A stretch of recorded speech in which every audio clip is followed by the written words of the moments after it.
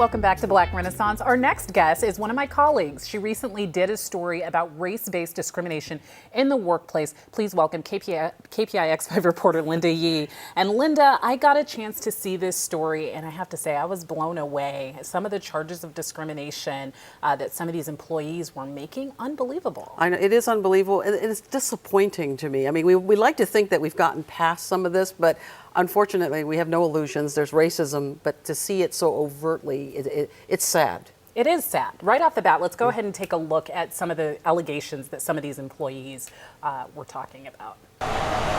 BAE is a major ship repair yard in the Bay Area and a big defense contractor.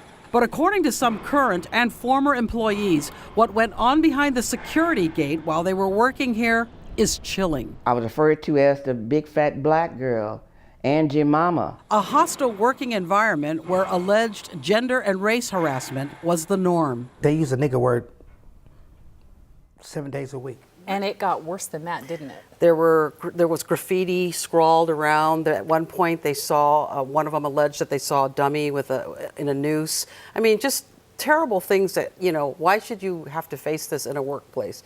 Unfortunately, it exists and it's out there. And these are people who had worked at this shipyard for decades. Well, the woman you just heard from, Brenda King, she'd been there for 34 years. She was very proud. She was a female welder.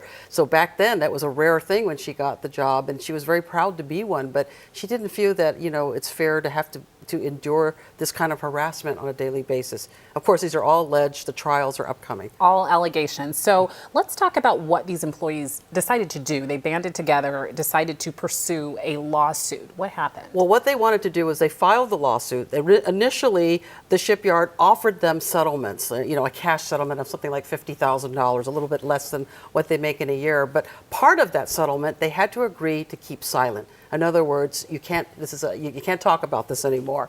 And that's where their attorney stepped in and said, no, that's not good enough. We don't want to keep silent about these types of things that are happening. So it's not just about the money. Sure, we'll take a settlement, but you need to allow us to talk about it. So they came to us and they told us about it. And now we know that, some of these things that they allege, I mean, it's horrifying and it's offensive. And this is kind of language that we don't normally even like to put on television. Right. Why was it important to go ahead and let them plainly say exactly what was happening, including some horrific epithets that we just heard? Well, our news director said that he doesn't have a problem with that. I mean, kudos to KPIX for letting us say exactly what has happened here.